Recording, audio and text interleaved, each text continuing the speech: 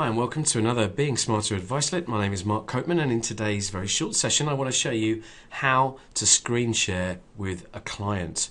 And that client could actually be behind a corporate firewall, and we all know how difficult it is to install software when your laptop is locked down and so on. And the beauty of what I'm about to show you is that you don't need to install anything at the client end. As you'll see in a moment, there's a very small download which you'll have to actually install, but your end client, which is sat in their corporate environment, just has to call up a website address. Now, before I go any further, why might you want to do such a thing? So few people do this, and they'll perhaps travel, they will perhaps find all kinds of other ways, and they'll send stuff to a client that actually they kind of want to keep control of as you actually present your idea and talk them through the situation. So for example, it could be a website which you've just created.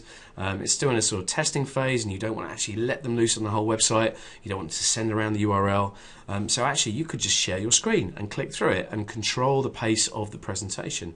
It might be a PowerPoint presentation you want to talk through in some kind of pitch situation, or it might be a piece of software that you're looking to talk somebody through as well. There's three very good reasons there, and it's so much harder to do it when you can't see what the end user is doing, and you can't actually help them through it so easily on the phone. So this is a great tip, great thing to do. So regardless of the software you actually use, and this may suit you, this may not, think about doing it more often with your clients. It's a good thing. Now, I used to use something called Adobe Connect a lot, which meant you could link together 3 different people, including yourself, and have a brilliant desktop sharing session.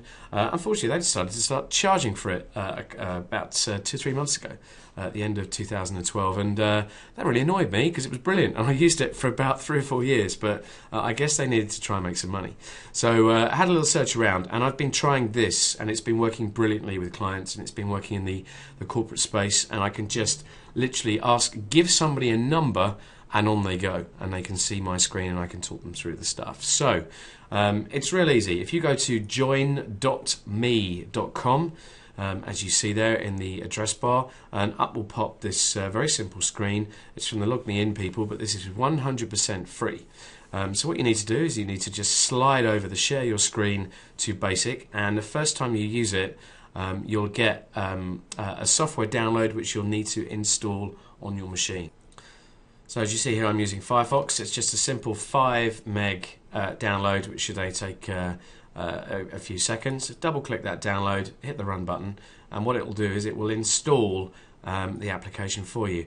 Now I'm using Windows 7. If I just move my capture screen down here, the thing then to do is to right click on the Join Me application and choose Pin this program to Taskbar.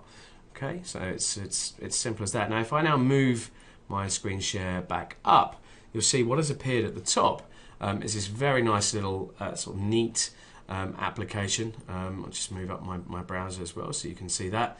And what we've got here is a link, which is what you need to tell your client to do. So what you need to do is to tell them to go to join.me, and when they get to join.me, they just need to join, type in that number, they don't even need the dashes, the 716-608-638 into that box, and off they will go. And what I'm going to do now on a separate machine is come in and join that conference.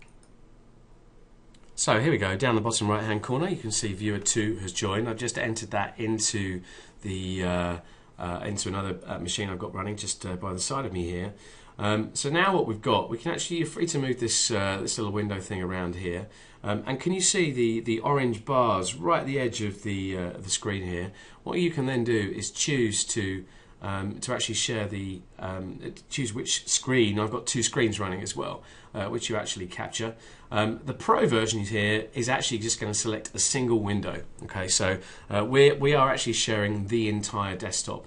But it's really not a problem. As I look to my right on a different machine, I can indeed see the entire desktop which I'm sharing. So now I'm in a situation where I can switch to a particular website that I might want to talk somebody through, and actually have a conversation with them over the phone. And explain to them some of the technical things about the application, and talk them through some specifics, just to help them perhaps in a sales situation, or in a technical situation as well. Note we've got some other buttons here. You can actually use a chat window should you choose to.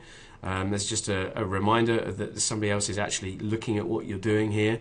There's another participant, and the other thing you can also do, of course, is change the control to the other person who's actually looking at this, to your client, and let them come in and have a go themselves. So it's an incredibly powerful piece of software. It's completely free, as you see. I can't remember if there's a limit on the length of a particular conference, but I know for a fact that I've used it for over an hour and it's been absolutely good as gold. To come out of it, just simply click on the cross button.